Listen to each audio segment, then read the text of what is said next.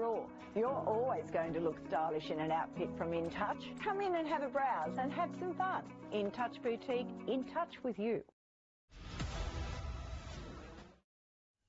Welcome back.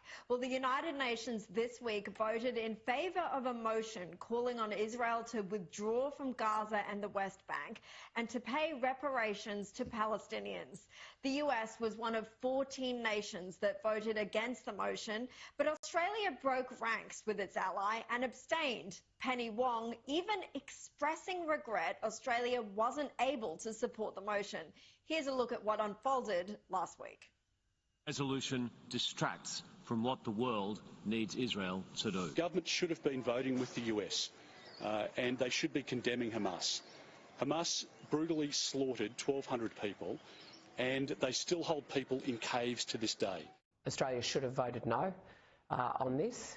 I think it's an absolutely weak and very flaccid decision by a government, and a foreign affairs minister and a prime minister, quite frankly, who are weak on this issue. We would have preferred to have been in a position where we could support a resolution that reflected the International Court of Justice's advisory opinion, and we worked very hard in New York with other countries to try and get changes to the resolution that would enable us to support it. Unfortunately, this was not the case. Well, joining us now is the co-chief executive of the Executive Council of Australian Jewry, Alex Ryvchin. Alex, great to see you. What's the Jewish community's response, not only to the UN's vote, but Australia's abstention?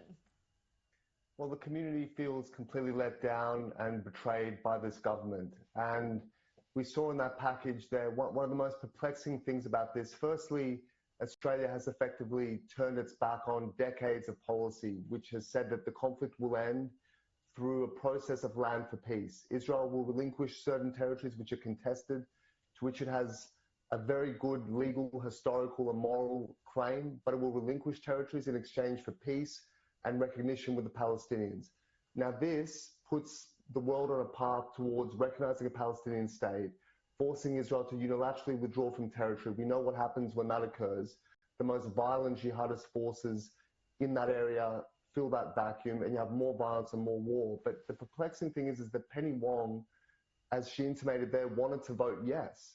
And despite failing to force the Palestinians to walk back their maximalist position and agree to something more moderate, they still didn't stand in the way of the resolution. They still didn't oppose it. So it has sent a signal to the Jewish community and to Israel that, frankly, they're now on the side of the Palestinians, which is lamentable, given that we're nearly a year now from October 7. The atrocities are still fresh in our minds. The hostages still linger in the horrors.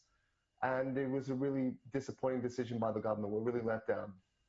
Yeah, I absolutely agree with you, Alex, and I cannot believe, you mentioned the hostages, I cannot believe that there's any talk of Israel doing anything but going after those hostages. And until that is resolved, there shouldn't be anything else discussed. That is the big issue, and I can't believe the free world doesn't have that at the forefront of their thinking. I want to go to another topic in the Middle East right now, and that, of course, is Hezbollah firing dozens of rockets towards Israel in response to the recent strikes from Israel.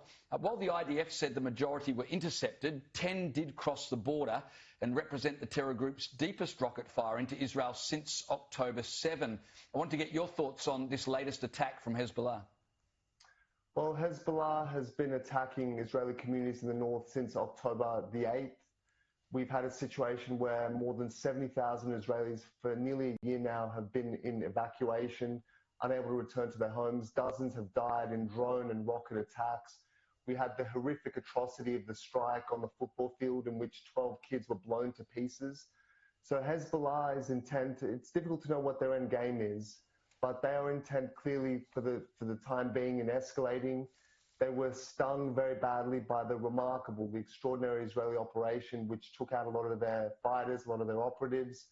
They've been humiliated by that. They've also been depleted in terms of their ranks, and they want to show that they're still going to be a factor in the region. But Israel has shown the lengths that it will go to take out those who wish to do it harm, who will do it harm. And I think Hezbollah has learned a very painful lesson.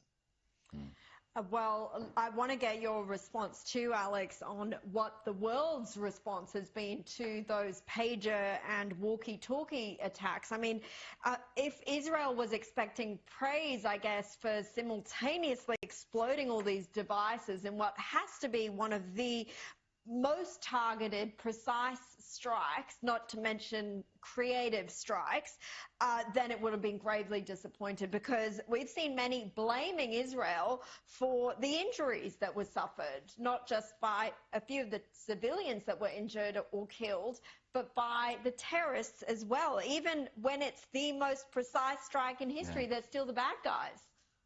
Well, like you said, Caroline, this was an immensely creative, a very precisely targeted strike. It's really an act of genius on the part of the Israelis.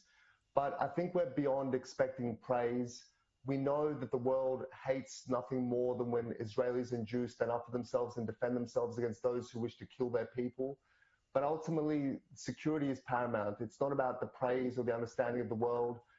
The praise and the understanding faded extremely quickly after October 7. Now it's about degrading and depleting the enemies of Israel. And this attack certainly did that. And, you know, there are those, including in our own country, in our own political system, like the Greens, of course, who lament the fact that hundreds of Hezbollah operatives have had their bullets blown off. But I think they're in a minority. I think most people will look at this mission and think it's something utterly remarkable. To pinpoint a strike in such a way, the amount of forward planning, the amount of, you know, cunning and guile involved in placing explosives in those devices, which were known to only be issued to Hezbollah fighters. It's an extraordinary thing, and I think all decent people will rejoice in it. Any time that Hezbollah suffers a blow like this, it's a victory for peace. Yeah, absolutely. Alex Ryvchin, really appreciate your time this evening. Thanks for joining us. Well, things are getting crazy in the US with just 43 days left until the presidential